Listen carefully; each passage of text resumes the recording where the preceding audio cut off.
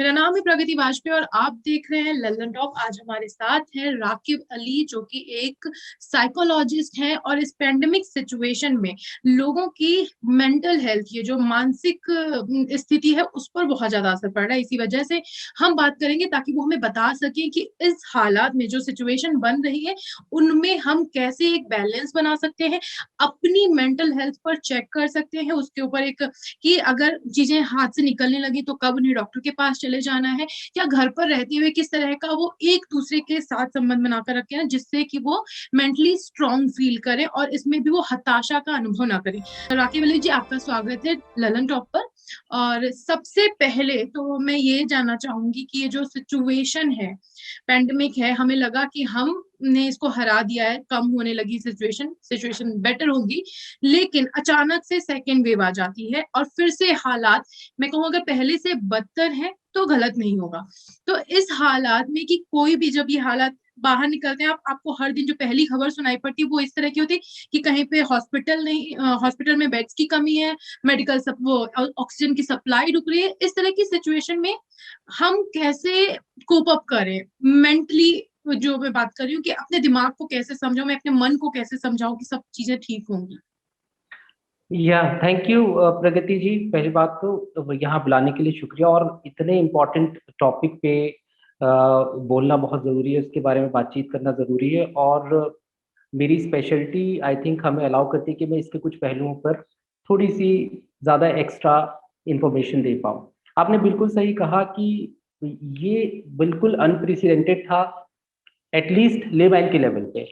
कई ऐसी संस्थाएं थी, कई ऐसे एक्सपर्ट्स थे जो बता रहे थे कि शायद और भी वेव्स आएंगी, लेकिन जहां ये लग रहा था हम सबको कि ये हम इससे काफी हद तक उभर गए हैं और ये दोबारा से आए, ये बहुत बड़ा एक तरह से हम लोगों को सेटबैक फेस हुआ। अब इसमें बात आती है कि जो मन है यानी मेंटल हेल्थ, उसको कैसे इसमें ठीक रखें या कैसे अपने मन को बताएं कि कुछ चीजें ठीक रह सकती हैं। इसमें जो पहली चीज मैं बोलूंगा प्रगति, वो ये कि ये कहना अपने मन को कि सब कुछ ठीक है, आई थिंक ये इस समय पे ठीक नहीं होगा, ये स्ट्रैटेजी काम नहीं करेगी। और इसके पीछे जो वजह है साइकोलॉजी के पर्सपेक्टिव से, वो देखिएगा आप कि हमें पता है कि हम जब एक्शन लेते हैं उसमें ऑप्टिमम स्ट्रेस की जरूरत होती है। अब ये जो ऑप्टिमम स्ट्रेस है, ये फील करना जरूरी है, तभी हम कुछ स्टेप्स अपने आप को इस सिचुएशन से बाहर निकालने में या इस सिचुएशन में कोप करने में हमें वो ऑप्टिमम स्ट्रेस यूज करनी होगी। हाँ, इस बात का जरूर ध्यान रखना है कि जैसे ही ये ऑप्टिमम स्ट्रेस हमारे कोपिंग क्षमता से बाहर निकलेगी, यानी कि हमारे सहने की शक्ति से बाहर अगर जाएगी, तो प्रॉब्लम्स बढ़ सकती हैं और उस समय पे जो हमारी मनोस्थिति है वो बिगड़ने के चांस रहेंगे। आपने बात की कि हालात मतलब कब डॉक्टर से कंसल्ट करना है, लेकिन क्या मैं अपने आप से कब मैं खुद को बताऊं कि अब मुझे डॉक्टर की जरूरत है? ऐसे कौन से सिम्टम्स होने चाहिए, या कब ऐसी फीलिंग्स आए जिनसे मैं रिकॉग्नाइज कर सकूं कि नहीं, अभी मुझे डॉक्टर के पास जाने की जरूरत है, मैं अपने आप इन चीजों को हैंडल नहीं कर सकती? राइट, बिल्कुल प्रगति जी। ये यहाँ पर देखिए, बहुत चीजें तो बहुत ऑब्वियस हैं, जैसे कि क्योंकि ये एक तरह की जो सिचुएशन है, ये एक तरह की आपदा है, और आपदा में कुछ साइकोलॉजिकल रिएक्शंस हम लोग बोलते हैं कि नॉर्मल होते हैं, जैसे कि थोड़ा घबराहट रहना, थोड़ा सा आगे के बारे में सोचकर डर जाना, और थोड़े सेफ्टी बिहेवियर्स बढ़ा देना, जैसे कि मुझे इन्फेक्शन ना हो जाए उसके लिए मैं कौन कौन सी चीज़ें पे थोड़ा ज़्यादा जोर देने लगूंगा, तो सेफ्टी बिहेवियर्स बढ़ जाते हैं। अवॉइडेंस बिहेवियर्स यानी कि चीज़ों से बचने के बिहेवियर्स बढ़ जाते हैं। हेल्प सीकिंग बिहेवियर्स भी कई बार बढ़ जाते हैं। ये हम लोग बोलते हैं कि नॉर्मल साइकोलॉजिकल रिएक्शन है। लेकिन ये साइकोलॉजिकल रिएक्शन है, ये सिर्फ पहली स्टेज है। पहली स्टेज का मतलब है कि ये एक तरह की अलार्म रिएक्शन है, पहला। और इसमें हमारा जो जितने भी रिसोर्सेज हैं वो हम यूटिलाइज करने की क्षमता में होते हैं। फिर जो दूसरी स्टेज आती है इसके बाद, उसको हम बोलते हैं रेजिस्टेंस स्टेज। रेजिस्टेंस स्टेज का मतलब होता है कि हम लोग अब जूझेंगे, ये लंबा समय होता है। इसमें हमने जो रिसोर्सेज गैदर करे थे, साइकोलॉजिकल रिसोर्सेज, सोशल रिसोर्सेज, या फिर फाइनेंशियल रिसोर्सेज, या और भी कोई जो अवेलेबल रिसोर्सेज हमने उनको गैदर किया था, वो हम उन्हें यूटिलाइज करना शुरू करेंगे। सही तरीके से यूटिलाइज करके लंबे समय तक हम लोगों को रेजिस्टेंस स्टेज में रहना होता है। इस समय पे भी हमारी जो इम्यूनिटी है, हमारी मेंटल हेल्थ है, वो हम कोप करने में सक्षम रहते हैं ज्यादातर लोगों की अगर बात करें तो। लेकिन जो तीसरी स्टेज हो जाती है शुरू, जिसको बोलते हैं एग्जॉशन स्टेज। एग्जॉशन का मतलब है कि अब हम थक चुके हैं, हमारे रिसोर्सेज डिप्लीट हो चुके हैं, और ये वो स्टेज होती है जहां पर कि हमारे साइकोलॉजिकल रिएक्शन नॉर्मल होने की बजाय अब नॉर्मल वाली कैटेगरी में जा सकते हैं, जैसे कि खूब ज्यादा एंजाइटी होना, पैनिक अटैक आना, ब्रेक डाउन की फीलिंग आना, या फिर इस तरीके से डिप्रेस हो जाना कि अब कुछ भी नहीं बचा है, काइंड ऑफ जो नेगेटिव थॉट्स हैं वो ओवर पावर करने लगते हैं, डिप्रेसिव सुसाइडल थिंकिंग इसमें डेवलप हो सकती है। और ये जो तीसरी स्टेज है, आई थिंक यहीं पर कुछ लोगों को, हम लोगों को यहीं से खींच के बाहर निकालने की जरूरत रहती है। सेकेंड स्टेज में हमें उनको सपोर्ट सिस्टम हम लोगों को देना पड़ता है, और पहली स्टेज में सोच समझ के स्टॉप थिंक, ये जो एक एक क्षमता है ये बढ़ानी चाहिए कि हमारे पास कौन कौन से अवेलेबल रिसोर्सेज हैं, अगर इस तरह की स्थिति बनती है तो मैं क्या करूंगा या क्या करूंगी। ये तो आप देखेंगे कि हम में से कई लोग अलग अलग स्टेजेस में हैं, किसी ने लेट परसीव किया तो वो अभी अलार्म स्टेज में ही, आप देखेंगे कई लोग अभी सोच रहे समझ रहे करें क्या। कई लोग आपको मिलेंगे जूझते हुए, हम उनसे बात करते पता चलता है कि उनके फैमिली में किसी को हो रखा था या कोई कुछ ऐसे कुछ मिसहैपनिंग हो गई है, तो they are in the second stage.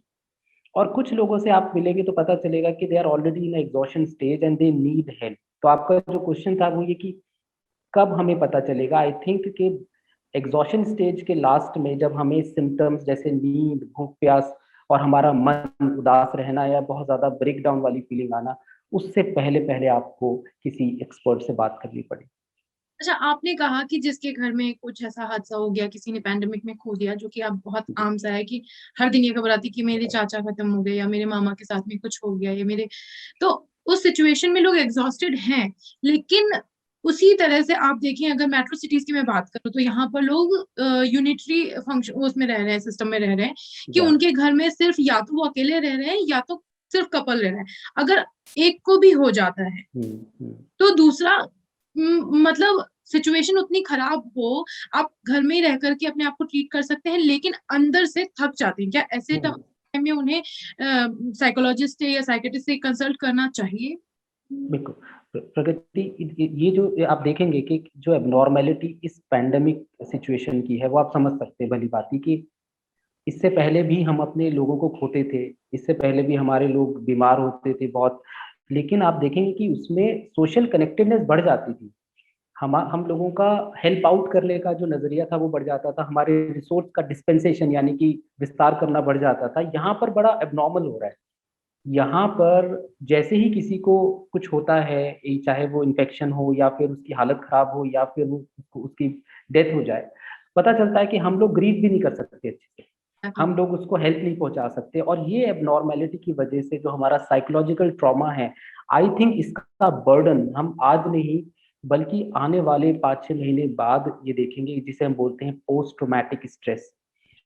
क्योंकि हो क्या रहा है कि हमें ग्रीव करने का टाइम नहीं मिल रहा है। यूजुअली रिचुअल्स के थ्रू या डिफरेंट डिफरेंट एक्टिविटीज के थ्रू, जैसे रिलेटिव्स की गैदरिंग से लेके और जो भी सारे रिचुअल्स होते हैं वो हमको एक क्लोजर देते हैं, उस टॉपिक को एंड करने के लिए या उस टॉपिक को सही जगह पर अपने मन में रखने के लिए क्लोजर देते हैं। यहाँ पर वो नहीं हो रहा है। तो यहाँ पर हम लोगों को डेफिनेटली एक सपोर्ट सिस्टम चाहिए, चाहे वो एक एक्सपर्ट की फॉर्म में हो तो ज्यादा बेटर है। क्योंकि दूसरे लोग कई बार क्या कह देते हैं कि भाई देखो, हमको हेल्प करने के उनकी इंटेंशन के साथ साथ, क्योंकि उन्हें पता नहीं होता है कि ग्रीव की कितनी इंपॉर्टेंस है, ग्रीव करने की कितनी इंपॉर्टेंस है, तो हमको बोल देते हैं कि रोइएगा नहीं, आप जो है सिर्फ अपने आप को डिस्ट्रैक्ट रखिए। लेकिन ऐसा नहीं है। यहाँ पर हमारे सामने चैलेंज ये है कि हमें शायद इस अकेलेपन में ग्रीव करना पड़े, अपने आप को उन स्टेजेस से फैसिलिटेट करना पड़े जो ग्रीफ की स्टेजेस हैं। जैसे कि जो पहली स्टेज है वो हम बोलते हैं कि शॉक, हम लोगों को एक धक्का लगता है और हमें लगता है कि ऐसा क्यों हो गया है, मेरे साथ नहीं हो सकता, हम डिसबिलीफ में रहते हैं। उसके बाद जो है हमारा गुस्सा बढ़ता है सिचुएशन के प्रति, एंगर। इसका एंगर का डिस्प्लेसमेंट कई बार सिस्टम के प्रति, अपने घर वालों के प्रति, अपने प्रति। अब क्योंकि कोई है नहीं तो इस एंगर का डिस्प्लेसमेंट कई बार हमारे अपने अंदर हो रहा है, हम गिल्ट में बहुत ज्यादा जा रहे हैं। मैं कई लोगों से ऐसे बात हुई जिन्होंने अपने लोग खोए हैं और वो सबसे ज्यादा वो इस स्टेज में रुके हुए, एंगर टुवर्ड्स सेल्फ यानी अपने प्रति बहुत ही ज्यादा गिल्ट और गुस्सा। और तीसरी जो स्टेज में हमें लेकर जाना पड़ता है, जिसमें कि at least for the time being they think कि इतना जो भी कुछ हुआ है उसमें हम लोग कैसे इसको कहते हैं ना बार्गेन कर सके इस सिचुएशन से, कि अच्छा ये तो चले गए लेकिन इनको बचा के रखना है, छोटे बच्चों को बचा के रखना, ये बार्गेन है, ज्यादा समय काम नहीं करेगी, but at least for the time being ये थोड़े दिन रहे। उसके बाद डेफिनेटली पोस्ट ट्रोमैटिक स्ट्रेस और डिप्रेशन आएगा कुछ समय के लिए, जो कि आता है अमूमन किसी को जब खोते हैं, लॉस होता है। और फिर लास्ट में एक्सेप्टेंस की स्टेज। हमें ये लगभग 3 महीने लगते हैं, एक किसी भी अगर किसी लव वन की डेथ होती है तो ये 3 महीने। लेकिन मुझे जो जो मेरा एक्सपीरियंस रहा है और जो पेंडेमिक्स और भी आए हैं वर्ल्ड में, और उसके बाद जो पोस्ट ट्रोमैटिक स्ट्रेस के ऊपर स्टडीज हुई हैं, तो उससे पता चलता है कि ये जो एक घाव है, ये जो है, शायद ये बहुत लंबे समय तक नहीं जाने वाला। इससे इससे पर्सनालिटी पे क्षति पहुंचेगी, और हो सकता है कि अगर सेशन की जरूरत हो इमिडिएटली ना पड़े, लेकिन शायद बाद में जरूर पड़ सकती है उन लोगों को, उनके फैमिली मेंबर्स को। अच्छा, एक चीज है कि आपने बात की कि इस सिचुएशन में हम अकेले पड़ रहे हैं, क्योंकि बाकी हालात कभी भी होते थे तो हम एक दूसरे की हेल्प के लिए आगे आते थे, लेकिन अभी हालात ऐसे हो गए कि आपके ही घर में किसी को ये बीमारी हो जाती है और आप उससे दूर रहने के लिए मजबूर हो जाते हैं।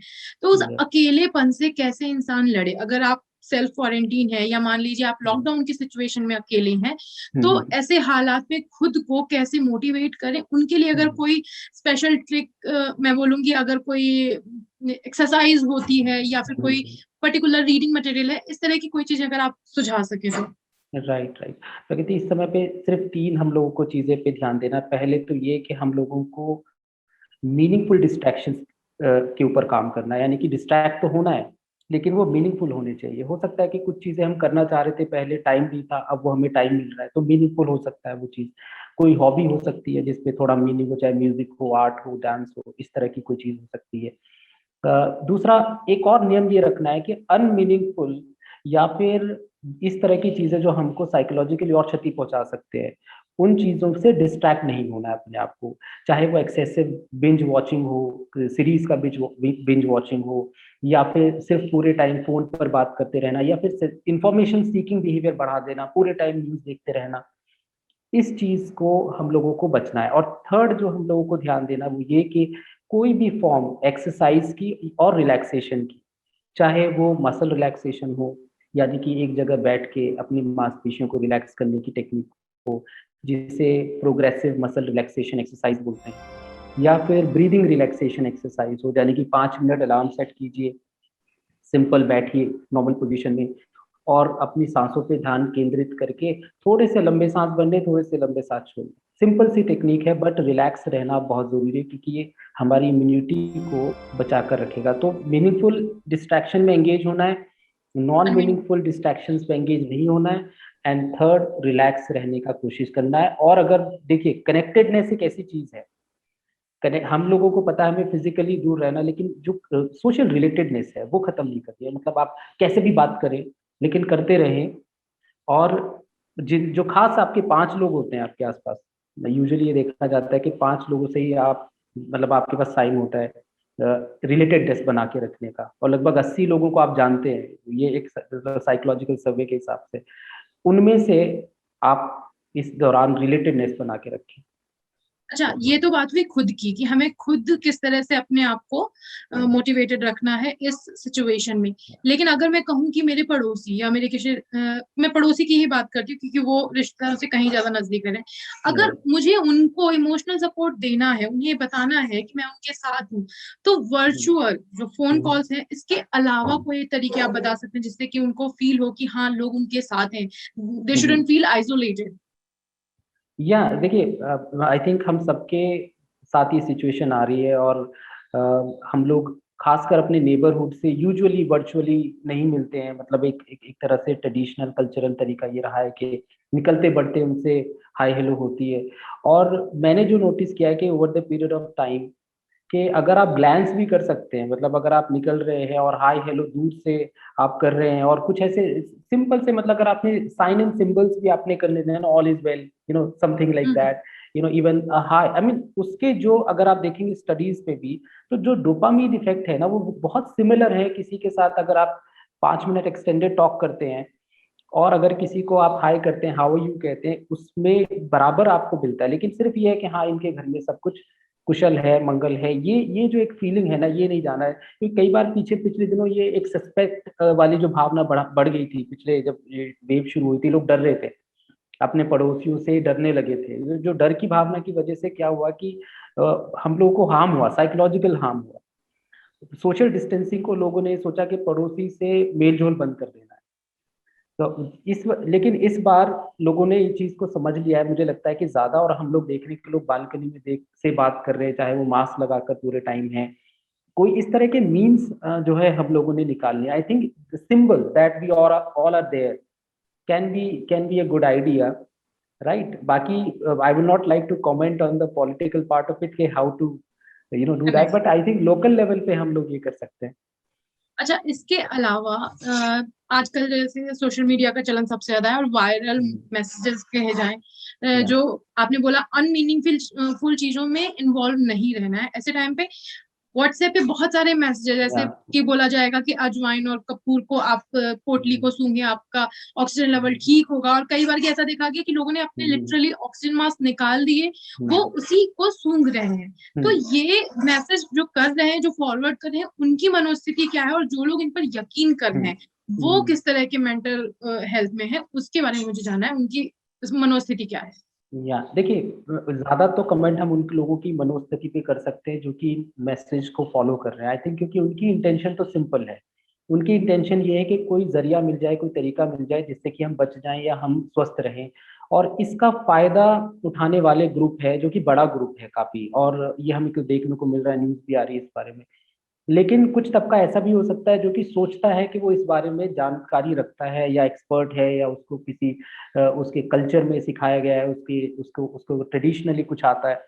लेकिन हालांकि जो जो सबसे इम्पोर्टेंट बात ये समझना कि इस समय पे लोगों की मनोस्थिति ऐसी है कि वो इंफॉर्मेशन को फिल्टर कर रहे हैं, कंटिन्यूसली फिल्टर कर रहे हैं। और उसमें से जैसे हम बोलते हैं कि ऑप्टिमिज्म बायस का मतलब ये है कि अगर कोई मुझे कहता है कि 15 लीटर पानी पी लो तो आपको जो है कोविड-19 नहीं होगा, तो मैं ऑप्टिमिस्टिक बायस हो जाऊंगा, मैं पॉजिटिविटी की तरफ बायस हूँ कि अच्छा, इसको 15 लीटर पानी पीने से मेरी किडनी पे डैमेज हो सकता है, इस तरफ ध्यान नहीं जाएगा।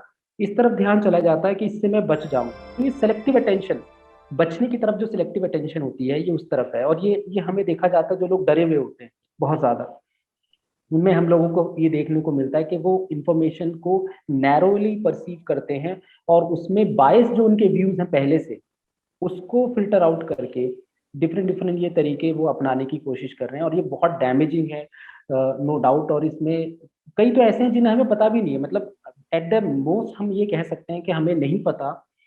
इसलिए हमें क्योंकि नहीं पता है तो हमें इसे ट्राई नहीं करना चाहिए। This is called negativity bias. तो negativity bias is more important at this point in time, क्योंकि 3 या 4 चीजें ही हैं जो कि इस समय पे हमें पता है कि वो कारगर है। और उसके अलावा जो कुछ भी है, हमें उसकी तरफ पॉजिटिवली बायस नहीं होना, ये सोच के कि अब इतने अजीब और गरीब तरीके आप समझ सकते हैं, लेकिन फिर भी लोग फॉलो कर रहे हैं। ये इसका मतलब कोई ना कोई उनकी मनोस्थिति उस समय पे ठीक नहीं है, जिसकी वजह से ऐसा कर रहे हैं। अच्छा, ये लोग जो भेज रहे हैं, मैं हम्म, मान के चलूं कि क्या वो लोगों की मदद करना चाह रहे हैं पॉजिटिविटी के तहत भेज रहे हैं, कि मैं, या फिर वो अपने लॉजिक ही अप्लाई करने की स्टेट में नहीं है, कि उन्हें कुछ खुद भी नहीं समझ आ रहा, बस वो चाहते हैं कि लोगों की किसी भी तरह से हेल्प हो जाए, हाँ। और मैं अगर ऐसा कोई टोटका या कुछ उनकी नजर में आता है हम्म। तो वो उसको सिंपल फॉरवर्ड कर देते हैं। बिल्कुल, इनफैक्ट मैं भी इस पे, मतलब मैं अभी राय तो नहीं बना पाया हूँ, लेकिन मैं बहुत इसको क्लोजली फॉलो कर रहा हूँ, क्योंकि काफी सारे लोग हैं ऐसे जो बहुत पढ़े लिखे हैं, और काफी otherwise they are good in their field and they working a lot in other areas of their life. But I think क्या होता है कि ये एक तरह का चीज है कि मेरे को जो इन्फॉर्मेशन है और जो मुझे फायदा हुआ था, मैं उसको कहते हैं ना जनरलाइज कर रहा हूँ किसी दूसरे के ऊपर, जबकि मेरे पास उसका कोई सबूत नहीं है। तो ऐसे कई लोग हैं जो कि शायद अच्छी इंटेंशन से, अगर आप देखेंगे उनका प्रोफाइल देखेंगे, अच्छे लोग हैं, ये ऐसा नहीं है कि खराब लोग हैं। लेकिन इस समय पे अपने आप को कंट्रोल करने की जरूरत है। चाहे मान लीजिए मेरे पास भी कोई एक ऐसा बात है मन में कहने की, कोई नुस्खा है, लेकिन I need to stop myself. लेकिन इसमें बड़ा चंक उन लोगों का है जो मुझे लगता है कि सिर्फ for the name and fame and for the sake of likes and for the sake of say flourishing their message and getting attention, and there may be some anti social elements as well, जो कि मतलब bizarre जो messages आ रहे हैं वो anti social तत्व जो होते हैं वो भी शायद इसमें विलीन हो गए, इसमें काम करने लगे हैं। तो we need to be very careful. I think this is the biggest challenge इस समय पे इंफॉर्मेशन एज में। Disinformation is the biggest challenge. हम इंफॉर्मेशन ट्रांसफर की बात कर रहे हैं तो मेरे दिमाग में आ रहा है कि बच्चे अभी जो राष्ट्र को संबोधन किया गया उसमें प्रधानमंत्री ने बोला कि बच्चों को टोली बनानी चाहिए, बच्चों को जिद करनी चाहिए। लेकिन मुझे ये नहीं समझ आता है कि अपने घर के बच्चे को इस तरह की बात कैसे बताई जाए कि बाहर इतना खतरनाक वायरस है, या जब आप किसी भी बच्चे का फेस उस वक्त देखिए जब उसको ये रियलाइज होता है कि उसके मम्मी या पापा में से कोई बीमार हो गया है। I mean, I have faced this thing कि yesterday my niece told me कि बुआ मैं आपके पास आती हूँ क्योंकि पापा बीमार हो गए हैं।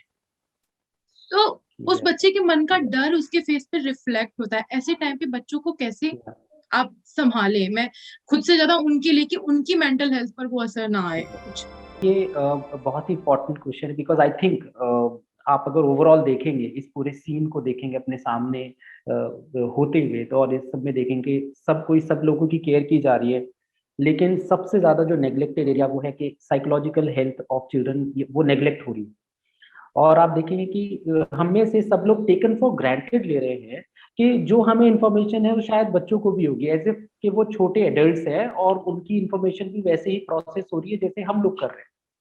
लेकिन they for them it is a very very challenging situation. आप देखेंगे कि बच्चे जो हैं इस समय पे उनके अंदर एक बड़ी एक डेवलपमेंटल आप बोलेंगे कि एक दुविधा होती है कि जब भी आपदा में, घर में कोई आपदा आए, चाहे सोसाइटी में कोई आपदा आए, कई बार उनके अंदर एक कॉमन सेंस ऐसा चलता है उनका, ये डेवलपमेंटल थियरीज के हिसाब से भी ठीक है, कि ये कहीं मेरी वजह से तो नहीं हो रहा है, am I the centre of this universe. ये इगोसेंट्रिक थिंकिंग होती है बच्चों में। और जैसे ही उन्हें लगता है कि घर में कोई प्रॉब्लम आई हुई है, एकदम से उनका ध्यान जाता है कि कहीं मैं रिस्पॉन्सिबल तो नहीं हूँ, या मैं रिस्पॉन्सिबल हो तो नहीं जाऊंगा। तो they become so afraid. And इनके फियर का कारण, क्योंकि कोरोना तो उन्होंने देखा नहीं है, कोरोना तो कभी ऐसे एज सच कहीं रोड पे घूमते हुए नहीं देखा है, कंपेयर टू, मतलब उससे ज्यादा शायद वो कॉकरोच से डरते हैं। क्योंकि कॉकरोच एटलीस्ट रियल है और उनके सामने आ जाता है, वो डर जाते हैं और उन्हें पता है इससे भाग के बच जाएंगे। बट कोरोना क्योंकि उन्होंने देखा, तो डर इस बात से नहीं रहे कि कोरोना है, डर इस बात से रहे कि कहीं उनकी वजह से तो इन्फेक्शन भी फैल जाएगा, इसकी वजह से तो कहीं पापा को जो प्रॉब्लम हो रही है वो इस वजह से तो नहीं हो रही है, मम्मी को जो प्रॉब्लम हो रही है वो इस वजह से तो नहीं हो रही है। So they become so afraid. मैं जो एक मॉडल यूज करता हूँ, या मैं लोगों को, पेरेंट्स को बता रहा हूँ आजकल के how to handle this issue, specially 10-12 साल से छोटे बच्चों के प्रति, वो ये कि आप पहले उन्हें एक अर्थक्वेक की वीडियो दिखाएं। एक अर्थक्वेक के बारे में आपको बड़े अच्छे से एनिमेटेड वीडियोस दिखाई दे जाएंगी इंटरनेट पे, और आप उन्हें बताइए कि देखिए ये अर्थक्वेक होता है, ये ऐसे शेक होता है, और फिर उनसे पूछिए कि अब आपको जानकारी मिली तो, क्योंकि ये कभी भी हो सकता है, इसका मतलब ये नहीं कि अभी हो रहा है, लेकिन इसके बारे में जानकारी होने से हमें राहत मिलेगी, सही जानकारी से हमको फायदा पहुंचेगा। फिर आप उनको कोरोना से रिलेटेड हैंड आउट्स के फॉर्म में या फिर किसी वीडियो के फॉर्म में, विदाउट एग्जैजरेशन, ये कई बार हम सोचते हैं बच्चों को एग्जैजरेटेड इंफॉर्मेशन ही समझ आती है, ऐसा नहीं। आप फैक्ट्स के बारे में बात करें, बट मेक श्योर कि जो इन्फॉर्मेशन दी जा रही है वो कॉन्क्रीट बेसिस पे दी जा रही है।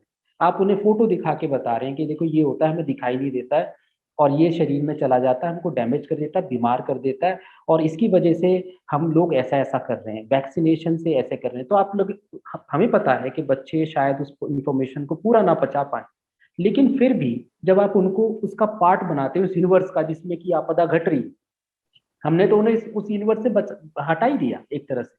हम उन्हें इन्वॉल्व ही नहीं कर रहे हैं, हम वो डिस्कशन से बोलते हैं बाहर चले जाओ। हम इंफॉर्मेशन, हम टीवी देख रहे होते हैं, बच्चे कोने में छुप के डर के देख रहे होते हैं, हम उन्हें कभी इन्वॉल्व ही नहीं करते हैं।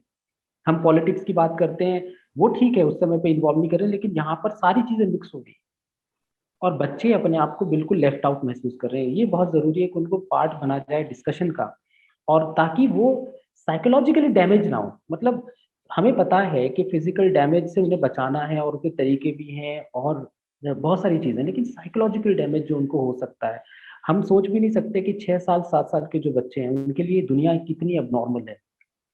और उसका डेवलपमेंटल डैमेज, जैसे मैंने बताया, हम लोग प्रेडिक्ट कर रहे हैं साइकोलॉजिस्ट, शायद वो उनकी, जब वो बड़े हो जाएंगे, एडल्ट्स हो जाएंगे, तब जाके उनको इसका खामियाजा तब भुगतना पड़ेगा।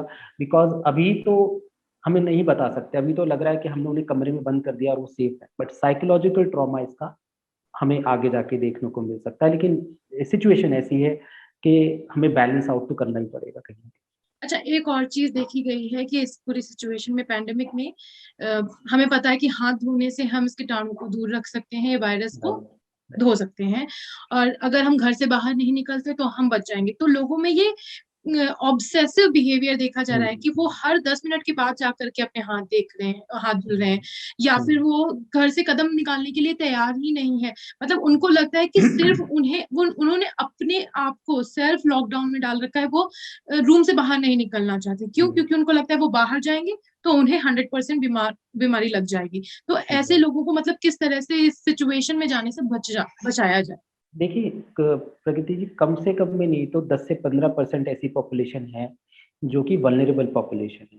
वल्नरेबल का मतलब ये है कि वो पहले से ही एंजाइटी डिसऑर्डर की तर्ज पे थी, पहले से ही डिप्रेसिव डिसऑर्डर की या फिर ओसीडी जैसे सिम्टम्स की बिल्कुल वर्ज पे थी। इसने एक बहुत ही, ये जो सिचुएशन ने एक तरह का प्रेसिपिटेटिव इवेंट बना दिया लोगों के लिए।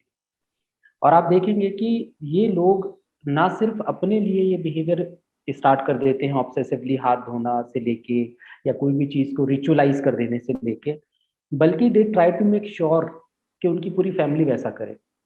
तो ये एक उस 10 से 15% पॉपुलेशन के लिए तो बहुत ही बड़ी प्रॉब्लम है। लेकिन इसके अलावा जो हम बोले कि सो कॉल्ड नॉर्मल पॉपुलेशन क्यों ऐसा कर रही है, उसके पीछे दो कारण। पहला तो ये कि ओवर एस्टिमेशन ऑफ थ्रेट।